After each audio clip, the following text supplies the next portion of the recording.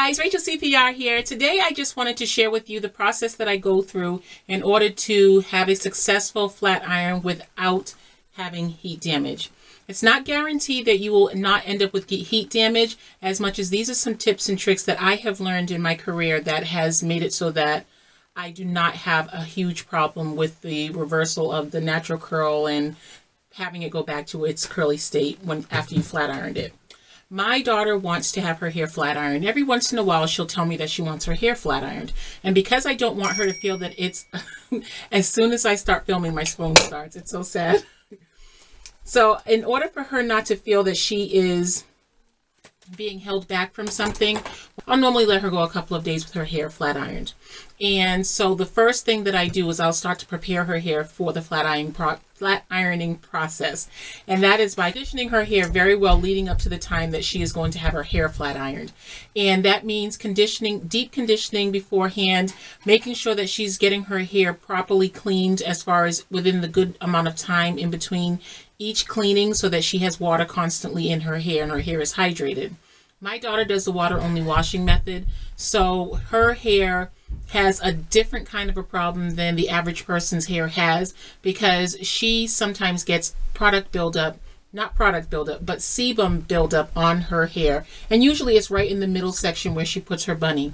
This time she had about 2.5 inches of her natural oils built up in the middle of her hair, just coating the shaft so that it was a little bit sticky. I don't want that to be in her hair when she gets her hair flat ironed, and so I had to actually use a regular shampoo on her hair, and that's what I normally do when someone wants to have their hair flat ironed.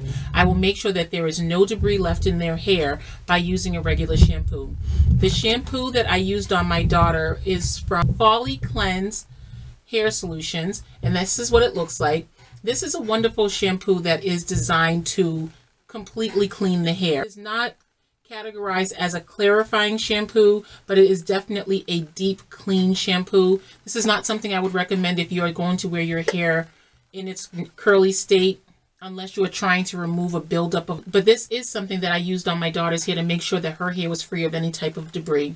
And the reason why it's so important to remove any kind of debris from your hair before you do a flat iron is, number one, you don't want to introduce anything that could possibly be a factor in having heat damage to your hair.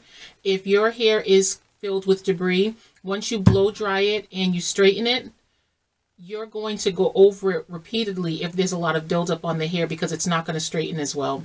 And so you tend to just go over it more than once with the flat iron, and you really, really, really want to make sure that you do not go over your hair more than one time if it's possible, which if you follow all of these steps, it will be possible. The next thing that we definitely have to do after we use this shampoo on her hair is we have to condition. This is the Follicleanse Hair Solutions Conditioner. This is a great hydrating product.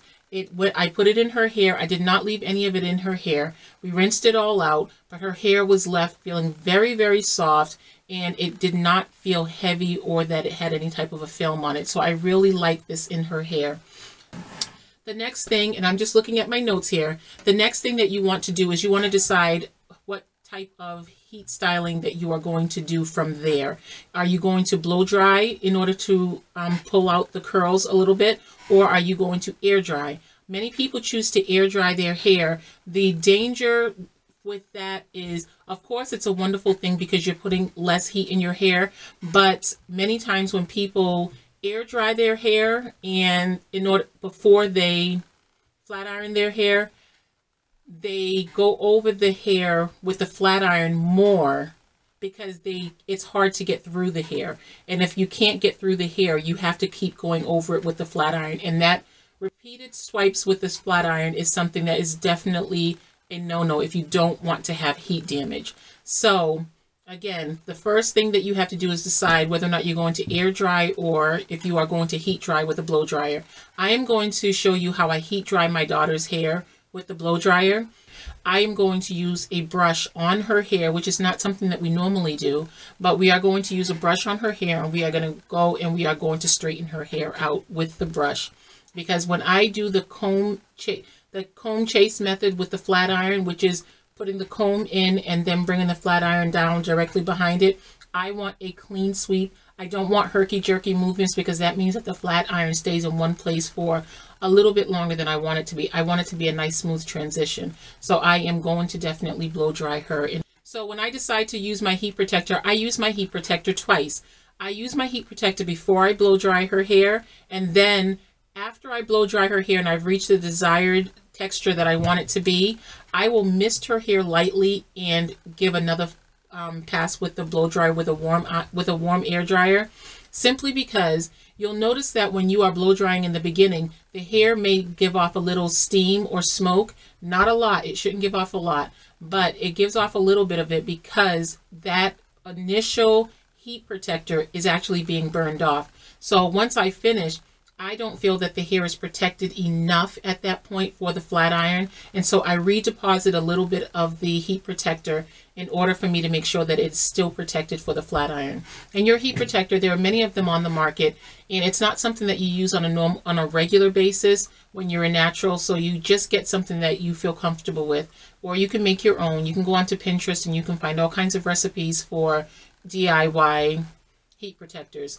I've used the aloe vera with the grapeseed oil, and that seemed to work very, very well. We haven't had any problems with the hair reversing back to its natural state. So once we have her hair prepped properly for the flat iron, we'll go into the flat ironing process. In this video, I am not going to show you the flat ironing process because I do feel that the preparation for the flat iron is just as important as the actual flat ironing process. So I will upload both of these videos together, but I will separate them so that both videos can have the proper attention that they need. So once I get the flat iron, the hair to the consistency that I want it to be, I will take out my flat iron and I will put it on.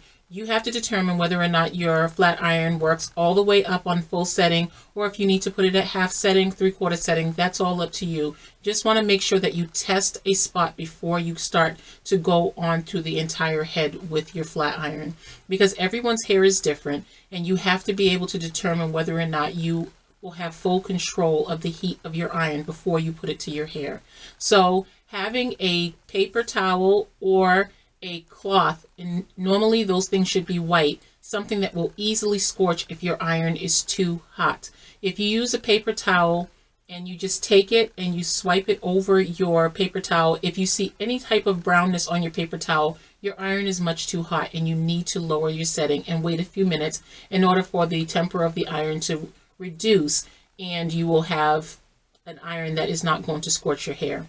So once you do decide to start with the process, the comb chase method is a wonderful way to straighten your hair, simply because you are not flattening the curls into place, which again makes it so that many people will re-swipe with the flat iron because the hair does not reach the desired straightness.